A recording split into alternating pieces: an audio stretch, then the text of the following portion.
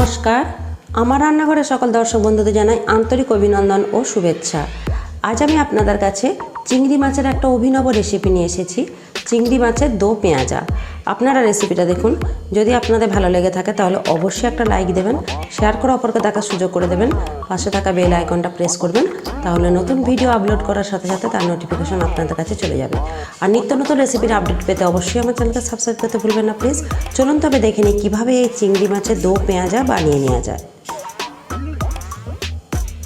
চিংড়ি মাছের দো পেঁয়াজা বানানোর জন্য আমি এখানে 5টা চিংড়ি মাছ পরিষ্কার করে বেছে ধুয়ে নিয়েছি। আর প্রথমে আমি এই চিংড়ি মাছটা অল্প সামান্য নুন হলুদ মাখিয়ে হালকা ফ্রাই করে নেব। এবার আমি কড়াইয়ে 2 টেবিল চামচ সরষের তেল গরম করতে দিয়েছি। তেলটা গরম হয়ে গেছে। আর মাছের মধ্যে দেখুন অল্প সামান্য নুন হলুদ মাখিয়ে নিয়েছি। এবার আমি এই মাছটা তেলের মধ্যে দিয়ে হালকা ফ্রাই করে নেব, খুব বেশি কিন্তু ডিপ ফ্রাই করব না।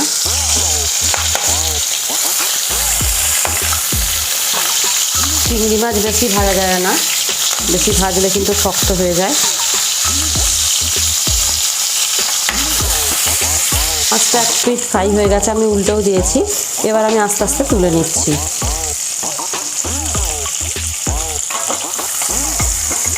মাছটা দেখুন ফ্রাই হয়ে গেছে, আমি তুলে নিয়েছি। আর কড়াইয়ে 1 টেবিল চামচ আমি তেল দিয়ে দিয়েছি। তেলটা গরম হয়ে এসেছে। এবার এই গরম তেলের মধ্যে আমি একে একে 2টো এলাচ ক্রাশ করে নিচে দিয়ে দিলাম, একটু দারুচিনি দিয়ে দিলাম, 4টে লবঙ্গ, একটা তেজপাতা আর 2টো কাঁচা লঙ্কা আমি চিড়ে রেখেছি দিয়ে দিচ্ছি। ফোড়ন ভাজা হওয়া পর্যন্ত আমি একটু অপেক্ষা করছি। ভালো করে ভাজা হয়ে গেছে। এবার আমি 3টে পেঁয়াজ কুচিয়ে রেখেছি, আমি দিয়ে দিচ্ছি। পেঁয়াজটা আমি 2 থেকে 3 মিনিট একটু ফ্রাই করে নিয়ে তারপর আসছি। প্রায় 2 মিনিট পর আমি এলাম, দেখুন পেঁয়াজ প্রায় ভাজা হয়ে এসেছে।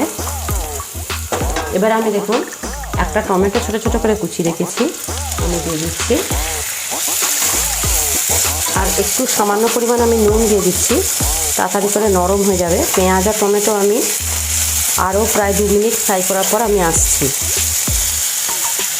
আরও 2 মিনিট পেঁয়াজ টমেটো একসাথে ফ্রাই করার পর আমি এলাম, দেখুন খুব সুন্দর কিন্তু ফ্রাই হয়ে গেছে। এবার মাঝখানটা আমি একটু ফাঁকা করে নিচ্ছি। এবার আমি 1 টেবিল চামচ রসুন বাটা দিয়ে দিচ্ছি, দেখুন। আর সাথে সাথে দিয়ে দিচ্ছি 1 টেবিল চামচ আদা বাটা। এবার আমি আরেকটু নাড়াচাড়া করে নিচ্ছি। এর সাথে আমি দিয়ে দিচ্ছি 1 টেবিল চামচ হলুদ গুঁড়ো, 1 টেবিল চামচ কাশ্মীরি লাল লঙ্কার গুঁড়ো, আর খুব সামান্য পরিমাণ প্রায় 1/2 টেবিল চামচ পরিমাণ আমি জিরে গুঁড়ো দিয়ে দিলাম। দিয়ে এবার আমি মশলাটা কিন্তু আবার ভালো করে কষিয়ে নিচ্ছি। যতক্ষণ পর্যন্ত না তেল ছেড়ে বেরিয়ে আসছে ততক্ষণ পর্যন্ত আমি একটু কষিয়ে নিচ্ছি। দেখুন মশলা কিন্তু প্রায় কষানো হয়ে এসেছে, তেল ছেড়ে আসছে। এবার আমি 2 টেবিল চামচ টক দই আমি একটু দিয়ে দিচ্ছি।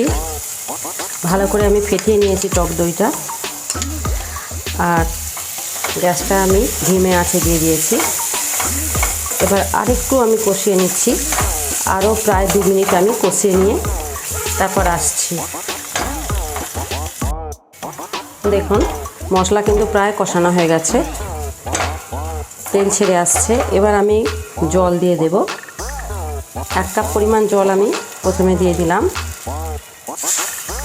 আর একটু জল আমি দিচ্ছি। আর 1 কাপ পরিমাণ জল আমি দিয়ে দিচ্ছি। দিয়ে প্রয়োজন মতো নুনটা একটু দিয়ে দিচ্ছি। এবার গ্রেভি ফুটে ওঠা পর্যন্ত আমি অপেক্ষা করব। দেখুন গ্রেভি তো ফুটে উঠেছে। এবার আমি ভেজে রাখা চিংড়ি মাছ আস্তে আস্তে দিয়ে দিচ্ছি।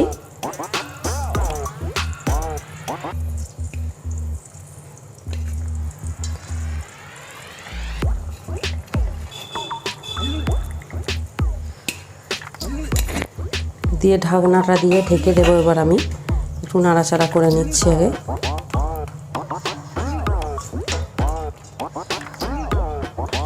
এবার ঢাকনাটা দিয়ে ঢেকে দিচ্ছি 7 থেকে 8 মিনিটের জন্য। প্রায় 7 থেকে 8 মিনিট ঢাকনা দিয়ে ঢেকে রান্না করার পর আমি এলাম। দেখুন রান্না প্রায় হয়েই এসেছে। এবার আমি কিউব করে কেটে রাখা 2টো পেঁয়াজ, দেখুন এরকম বড় বড় করে কেটে নিয়েছি। পেঁয়াজটা আমি আস্তে আস্তে দিয়ে দিচ্ছি।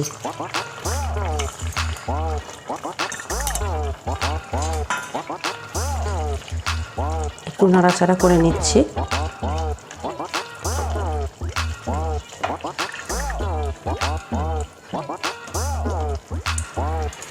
আর খুব সামান্য পরিমাণ একটু গরম মশলা গুঁড়ো, প্রায় 1/4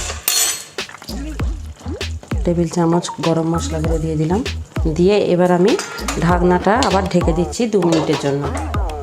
প্রায় 2 মিনিট ঢাকনা দিয়ে ঢেকে সিদ্ধ করার পর আমি এলাম। দেখুন চিংড়ি মাছের দো পেঁয়াজা একদম কিন্তু রেডি। এই পেঁয়াজগুলো কিন্তু বেশি গলে গেলে ভালো লাগবে না। আপনারা চাইলে গ্রেভিটা আরেকটু শুকনো করে নিতে পারেন। আর চিংড়ি মাছের দো পেঁয়াজা কিন্তু পেঁয়াজের পরিমাণটা একটু বেশি লাগে। এবার আমি গ্যাসটা বন্ধ করে দিচ্ছি আর গরম গরম পরিবেশন করছি।